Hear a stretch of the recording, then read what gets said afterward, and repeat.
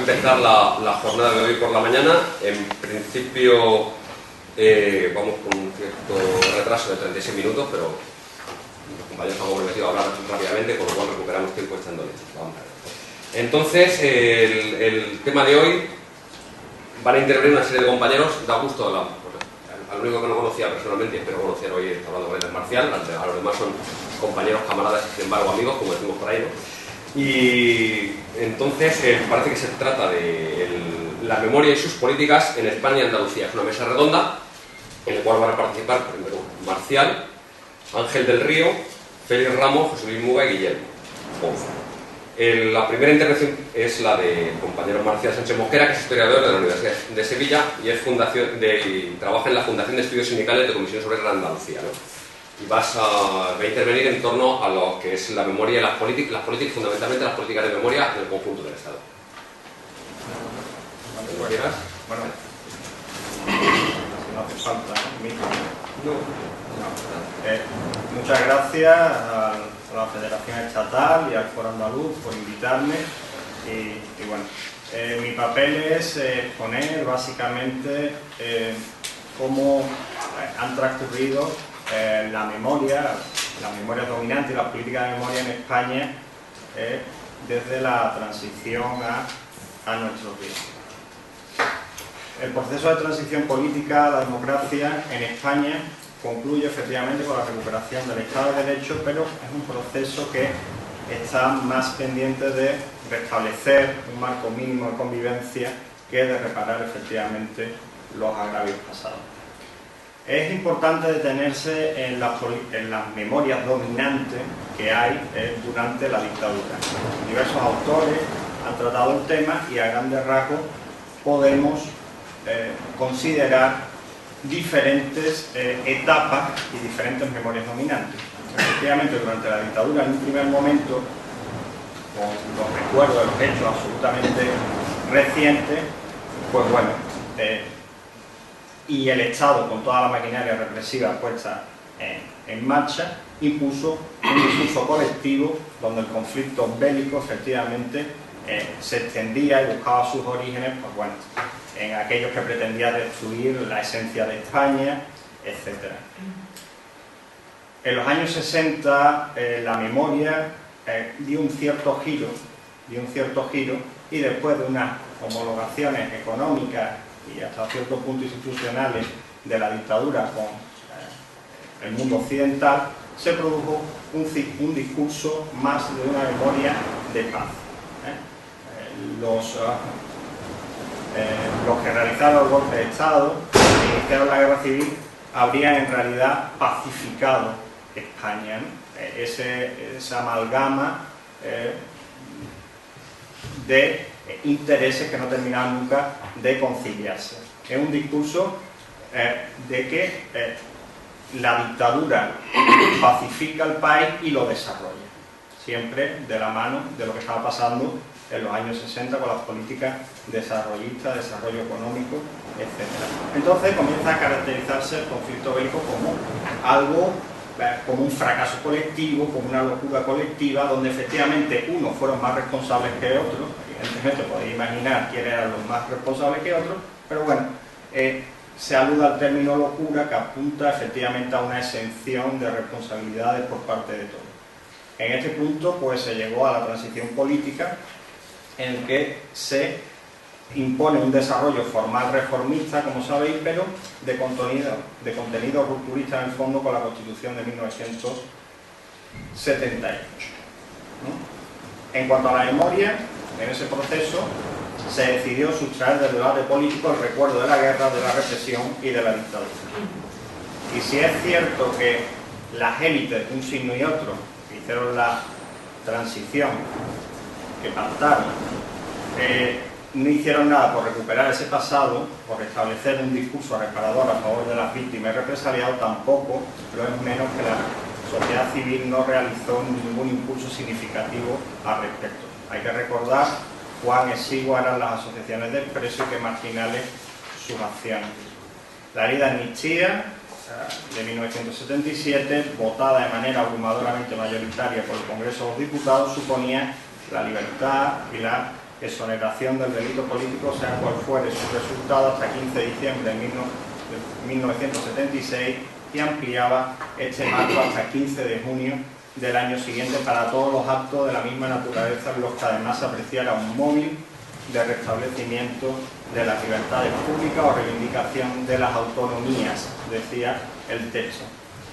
También, al propio tiempo, se establecía efectivamente lo que es un punto final. Delitos y faltas que pudieran haber cometido las autoridades, funcionarios y agentes del orden público con motivo u ocasión de investigación y persecución de los actos incluidos en esta ley amnistiados por la propia ley de 1967, así como los delitos cometidos por los funcionarios y agentes del orden público contra el ejercicio de los derechos de las personas. Desde luego, efectivamente, por un lado amnistía y por otro lado, no hay por qué no reconocerlo, un punto final. Un punto final, y de él luego hablamos en el debate, qué intervenciones tuvo en el Congreso de los Diputados, quién se postuló a favor, quién se postuló en contra. La ley y los discursos efectivamente expusieron la idea de poner el contador de la historia a cero, ¿no? Prácticamente. Y establecer una reconciliación efectiva, era la intención, una reconciliación efectiva entre los españoles. Desde entonces los conceptos de reconciliación, consenso, sobre todo consenso, han pesado mucho en los discursos políticos, sobre todo cuando se aludía a la gran política y ante coyunturas especialmente difíciles como una crisis económica, el propio golpe de Estado, firma de tratados europeos, atentados terroristas, siempre se aludía, ¿no?, a una política de consenso. Y a partir de ahí se apunta un relato que en absoluto seguro que os suena lejano, de la transición española, la transición política española como modélica. Mientras el recuerdo de la guerra efectivamente permanecía presente y, según Paloma Aguilar, precisamente presente para mantenerse ausente del debate público y ofrecer campo abierto al nuevo mito fundacional de la nación, efectivamente, esta reconciliación. Pero en una sociedad que consiguió establecer un espacio básico de convivencia democrática sobre el pilar de ese olvido consciente, es decir, del silencio, pensamos que se ha producido efectivamente un abuso de este olvido, como se demostraría más tarde, como se ha demostrado en los últimos años. El fracasado golpe de Estado de 1981 efectivamente reforzó todo lo que he venido diciendo hasta este momento. Y los gobiernos socialistas que presidiera Felipe González efectivamente no promovieron, sino al contrario, desalentaron siempre cualquier iniciativa conmemorativa acerca de los damnificados de la guerra y de la dictadura. Bien es cierto, y vuelvo a insistir, que la sociedad civil nunca articuló hasta ese momento o en ese momento un movimiento bastante sólido y extenso como para influir a este respecto. La sociedad española, la transición, se debatía entre dos realidades patentes: la pervivencia de una memoria doliente de la guerra civil y la conciencia de que no se había llevado a cabo una reconciliación oficial entre los dos bandos y sus herederos enfrentados en ella. El primer elemento se traducía efectivamente en precaución y miedo. Un miedo presente por la memoria de la guerra, pero también por el discurso represivo que caracterizó a la dictadura hasta el final, con un notable repunte de represión entre 1979 y 1973. Y la amenaza que siempre significaba un ejército y unas fuerzas del orden público que estaban ideológicamente prácticamente en 1939, aunque estuviera cronológicamente en los años 70. El segundo radicaba en el peligro efectivamente de fragmentación social, de reproducir las dos Españas.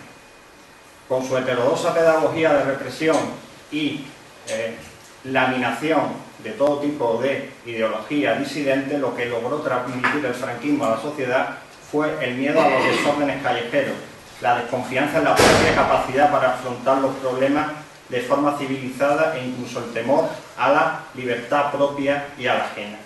Las encuestas llevadas a cabo en 1966, 1975 y 1976 por el Instituto de Opinión Pública situaban como valor supremo para los españoles la paz sobre todo, incluso sobre la libertad, incluso sobre la democracia, los informes de la Fundación Foessa, censurados por la propia dictadura, volvían a insistir que los españoles, lo esencial para ellos era la paz.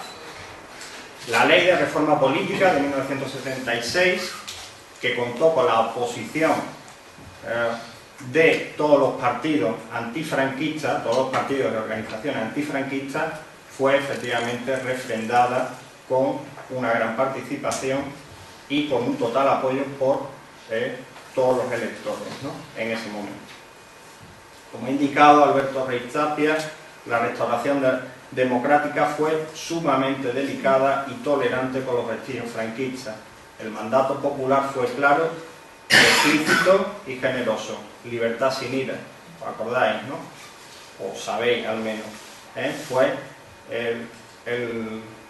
la canción del grupo Hacha, que en la campaña electoral del 77 se convirtió prácticamente en emblema de la transición política. El silencio de los damnificados del franquismo y su generosidad, cifrada en no pedir cuentas ni desquite, desde luego allanó el camino para la política, para esa política de consenso y esa construcción de la democracia. Amnistía sí hubo, pero no amnesia. Amnistía y amnesia en absoluto son términos sinónimos. No se puede decretar efectivamente el olvido legal ni jurídico.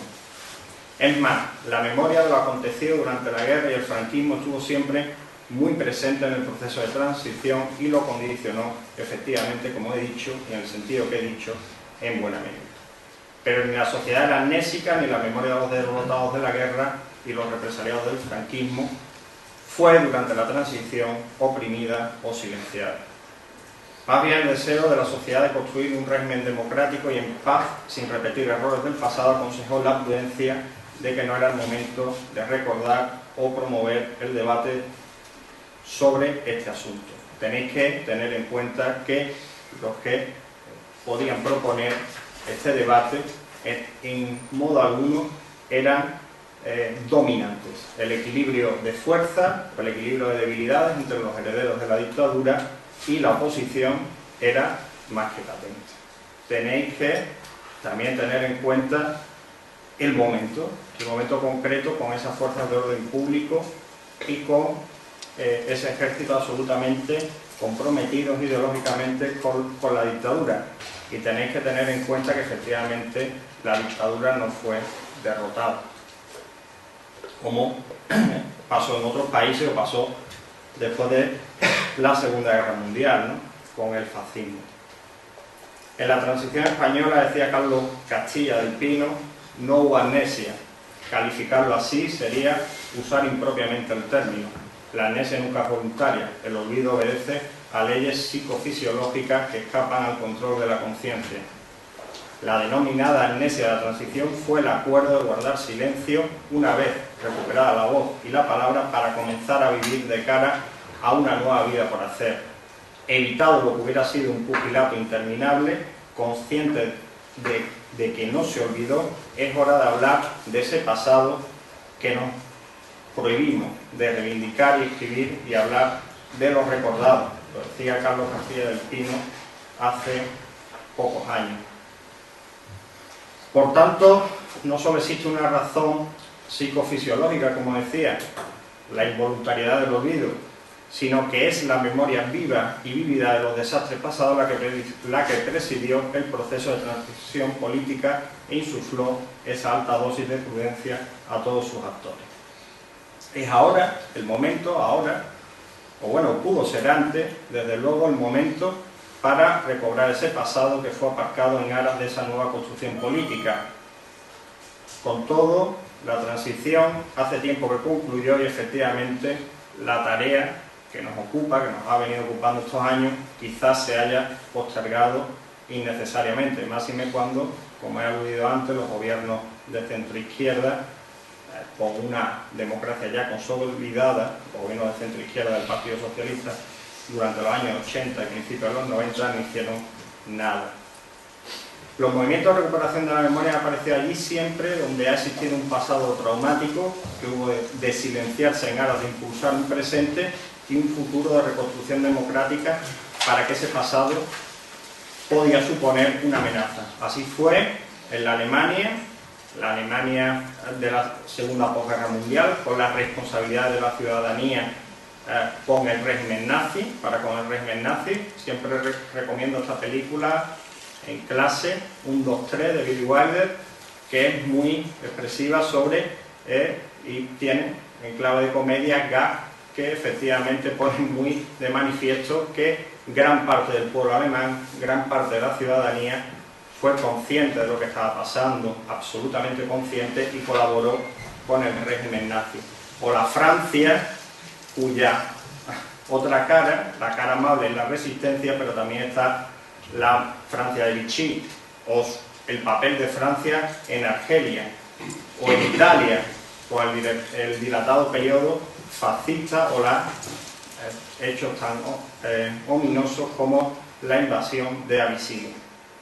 En las 2 últimas décadas han brotado estos movimientos junto con distintas comisiones de la verdad en los países en los que en la actualidad hay una democracia joven, sobre todo en Latinoamérica, y en el pasado también reciente existieron una dictadura y un proyecto represivo determinado contra una masa concreta de la población. En la sociedad civil española se conformó una notable iniciativa social que ha venido reivindicando a las víctimas del franquismo. No ha sido este un proyecto desde el poder hacia la sociedad, sino al contrario, desde la ciudadanía a la administración. La administración se ha visto concernida por estos movimientos a tener que intervenir. O sea, en absoluto, como presentan interesadamente, ¿no?, discursos revisionistas, ha sido este último gobierno de arriba abajo, al contrario.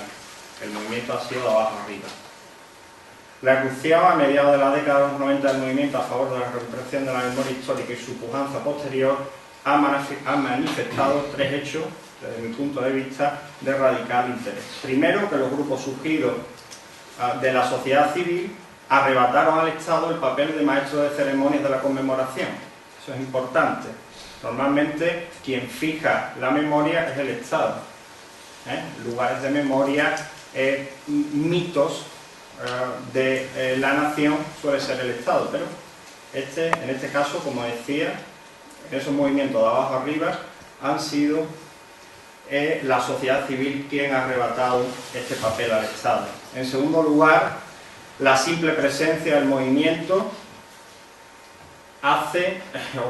nos constata que está presente en la memoria, y no está presente en la memoria en las víctimas, sino en aquellos, familiares o no, que se han identificado con las víctimas. Y tercero, estos últimos, sus promotores, integrantes, pertenecientes, en su inmensa mayoría, no había conocido la guerra, tampoco la dictadura, es decir, estamos ante una generación de los nietos de las víctimas fundamentalmente, una generación que estaba al margen de los difíciles equilibrios de la transición, y una generación que ha apostado por esta memoria, por este tipo de memoria. La memoria, como la historia, aunque parezca en principio paradójica, hay que vincularla al presente. Recordamos desde el presente, historiamos desde el presente. Es interesante que han sido los nietos los que han levantado este tipo de memoria, han sostenido este tipo de memoria. Comenzaron los nietos efectivamente a buscar un pasado que podía estar en los libros de alguna manera, pero desde luego no estaba en la casa, no estaba en los periódicos, no estaba en la calle. La identificación claramente con la memoria republicana de los vencidos, de los abuelos. La memoria de los padres, en cambio, chirriaba un poco con este tipo de memoria. Esa memoria de seguir viviendo, de no mirar atrás, esa memoria que tenía también un fuerte componente de olvido para procurar la subsistencia durante la dictadura. Una memoria, la de los nietos, efectivamente, que ha reivindicado la reparación y la valorización de las experiencias de preguerra, guerra y posguerra de las víctimas, así como el señalamiento de sus victimarios. A veces hablamos poco de los represores. Hablamos mucho de las víctimas, quienes fueron las víctimas, pero no hablamos de los victimarios. Y es importante también. Tal discurso, y el que se lo pone frontalmente, el revisionista, evidencian que la reconciliación entre los españoles ha sido más que otra cosa un mito fundamental y necesario en su momento, pero que se ha sentado sobre bases menos sólidas de las que cupiera imaginar hace tan solo unos años. Los grupos pro recuperación de la memoria han iniciado un cuestionamiento de la imagen de la transición modélica, y bienvenido sea para abrir todo tipo de debate. No hay ningún problema en ese sentido. Desde el punto de vista historiográfico, para ir concluyendo ya, el cuestionamiento, como digo, ha reabierto ese debate, y para marcar ese debate, bueno, hay trabajo extraordinario de Francisco Erice, que yo recomiendo su lectura. También hay uno próximo a salir, según me decía ayer mi compañero Manuel Bueno, de Domènech, y también, como no, los de Paloma Aguilar o Josefina Cuesta. Para enmarcar el debate, yo lo recomendaría. Efectivamente, los trabajos de Paloma Aguilar pueden tildarse de funcionalistas, pero también hay que tener en cuenta de que debemos historiar sin anacronismo, y hay que tener en cuenta, para historiar la transición, vuelvo a insistir, la naturaleza netamente franquista de quienes tenían las armas, las fuerzas del orden público y del ejército. Hay que tener en cuenta la pedagogía, la memoria que había, la pedagogía de memoria que había hecho la dictadura, y a la que me he referido al principio de mi intervención, y hay que tener en cuenta el difícil equilibrio. Y bueno, he citado el referéndum sobre la ley de la reforma política de 1976, que promovía a su vez de un gobierno no democrático y que obtuvo un éxito extraordinario. Hay que también evaluar las fuerzas que tenía realmente la oposición. Volviendo a un plano social y político, como quiera que el movimiento de la recuperación de la memoria histórica ha alcanzado una presencia y un apoyo notable, las administraciones efectivamente del Estado hasta el momento se han visto de alguna medida concernidas a atender sus solicitudes, aunque efectivamente la ley que finalmente se ha elaborado ha concitado todo tipo de críticas en los movimientos. El futuro es más que incierto. Lo hablábamos antes de entrar. La administración andaluza ha recortado las subvenciones, la última convocatoria, y lo que sabemos del Ministerio de Presidencia es que ha postergado la resolución hasta noviembre, ¿no? Al menos 2 meses. Hasta diciembre. No, ayer se publicó. Ya se publicó. Ah, ya se publicó. Pues yo tenía la noticia. Hasta el 8 de diciembre, en principio, iban a ser solo 2 meses. Iba a el 8 de retrasarlo. diciembre, pero ayer ya había datos y estaba la gente hablando del tema. Esta es la noticia, este es el acuerdo de retraso que ves que es de la semana pasada. Que es de la semana pasada. Y sin embargo ayer. Y sin embargo ayer, pues mira, no estaba yo atento ayer a la prensa. En cualquier caso, el futuro es incierto, pero bueno, ahí queda sobre la mesa esta cuestión. ¿Qué pasará en los próximos meses? Pues dependerá también un poco del movimiento. Yo simplemente volver a lo que os decía antes. Es un movimiento que efectivamente debe estar muy pendiente del presente, de lo que ocurre en el presente. Debe conectar efectivamente con lo que ocurre en el presente. Lo que importa es el presente, no es el pasado, en este momento. El pasado para el presente, no al contrario, el presente en función del pasado. ¿De acuerdo? Por mí nada más.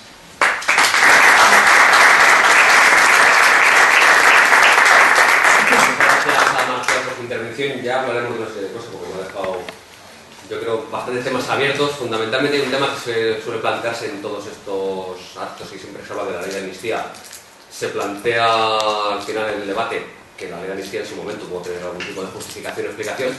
El problema fundamental es, como que luego supongo podemos hablar del asunto, es por qué ahora, si la Comisión de Derechos Humanos de Naciones Unidas o otra gente recomienda la derogación o anulación de la ley de amnistía por considerarla como una ley de punto final o paralela a la experiencia de vida, porque hay tanta resistencia, no solamente por parte de los poderes democráticos o conservadores, sino de parte también de las posiciones de la izquierda para anular o derogar esa ley de amnistía, ¿no? Y las consecuencias que eso tiene, ¿no? Yo creo que es un elemento muy interesante que hablaremos posteriormente. Antes de dar la palabra al siguiente compañero y contertulio, yo quería saludar a un par de personas que tenemos aquí. Me supongo la mayor parte de ellas conocidas de todos, el compañero Cecilio Gordillo, que está por aquí, de todos los nombres, y también del grupo de recuperación de la memoria histórica de la CGT de Andalucía. Entonces, pues, le agradecemos su presencia y su experiencia en esta cuestión, ¿no? Y me pareció ver entrar por ahí la compañera Lucía Socam, que está por ahí sentada ahí atrás, ¿no? Que es, pues, como bastante vosotros la conocéis, una cantautora que es muy colaboradora con todas las organizaciones de memoria, tiene un buen repertorio muy centrado en el tema de la memoria histórica y colabora no solamente en Andalucía, sino que coincidimos con ella el año pasado, me parece que el 14 de abril pasado en el cementerio del este de Madrid, ¿no? Bueno, también luego nos conocimos, ya era